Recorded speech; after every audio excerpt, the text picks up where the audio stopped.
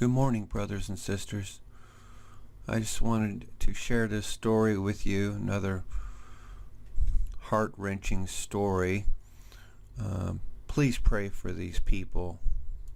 Pakistani Christians suffer in Thailand jail. The two church bombings in Pakistan this week showed what Pakistani Christians are up against. The massacre of 14 Christians and the wounding of at least 70 others while they attended Sunday worship demonstrated the persecution facing Christians collectively in Pakistan. Individually, many are falsely accused of blasphemy and arrested, or are pressured by militant Muslims to convert to Islam. Some Christian women who have refused to convert have been raped by their Muslim persecutors.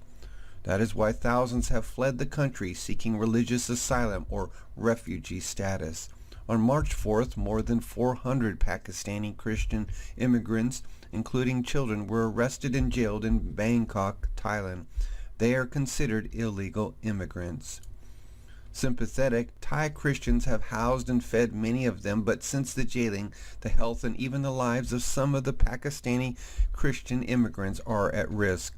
Here's a letter received by the Global Lane from one family member describing the horrid, inhumane conditions in the Thai jail cell where the Christian detainees are now being held. A silent war. People who were arrested are in immigration detention center right now. Their sufferings are unaccountable in IDC as they are exposed to deadly diseases such as hepatitis A, B, C, tuberculosis, dengue, malaria, HIV, AIDS, malnutrition, severe depression disorder, various skin and genital infections, etc. Many men and women are suffering from these contagious diseases, and children are at high risk of catching them. Many children have suffered diarrhea, typhoid, and malnutrition more than 3 or 4 times due to the poor hygiene and insufficient meals. Bailing people out is a complicated process which is almost impossible. It includes having a Thai person be your guarantee and paying $50,000 or $150 for each person. One small cell built to hold 25 to 30 people is a host to 70 people packed in the porous, hygienic environment and suffocation. People have to take turns sleeping as all can't lie down on the flat floor at once due to massive number of people. There are no beds or mattresses. People lay flat on the hard, crooked floors with only a sheet to cover their bodies. Children have to lie next to toilet seats where feces and urine drops fall on their faces. There are pregnant women, elderly women, newly born babies to children of all ages, old men suffering heart diseases, blood pressure, and diabetes. There is no activity at all inside the prison walls. Their meals never change.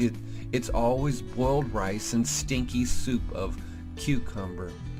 Their hopes are shattered as they realize that they have to wait until 3 or 4 more years to get just an interview with UNHCR. Whenever children get sick or women suffer high blood pressure, they are given the same tablet for every disease. Guards in IDC don't understand or speak English. They never listen even when people cry out of pain.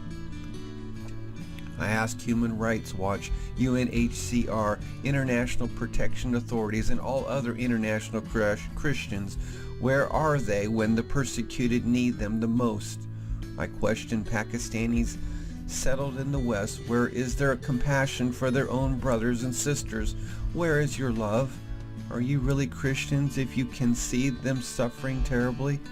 This is a wake-up call for all who are living lives in ignorance. Please don't satisfy yourselves by saying there are many to take care of them. There is no one. UNHCR has left people in this condition claiming they have no control over the Thai government. I beg you to imagine your children lying next to toilet seats with empty bellies, your wives suffering in hunger and sickness, your old mothers living in uncertainty of the future and suffocating on her breath. I bet none can even bear the thought of it.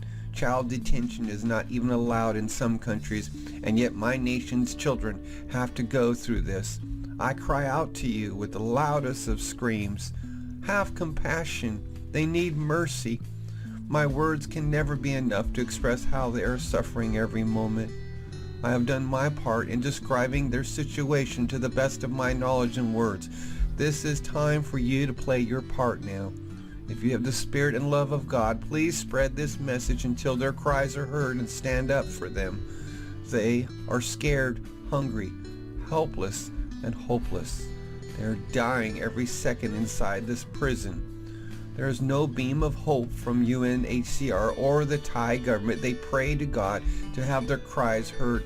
Be an answer to their prayers. Be a Christian. I met a woman who was in IDC for 3 months and was bailed for 50,000 baht. She couldn't come up with the words to talk about IDC. All she could tell with eyes filled with tears and shaky voice was, "I wish not even my enemies go there ever." After these 400 arrests, many are still hiding as the police is raiding their apartment buildings and arresting families. After being arrested, people are taken to police jails and kept there until their trial at court. Courts give them a decision of paying 3,500 baht each for overstaying their visas, or else they are sent to Thai jails for a 14-day time period where they become subject to sexual and physical abuse by the dangerous Thai criminals. After this 14-day period, they are taken to IDC, where women are kept with children and men are separated. They live in small cells with exceeding numbers of people of all nationalities, such as Sri Lanka, Burma, Vietnam, Cambodia, Russia, Saudi Arabia, Nigeria, Somalia, Africa, etc. and etc. That's when this period of suffering begins. Pray for them. And then contact your congressman and the Thailand embassy in Washington, D.C. to let them know how you feel.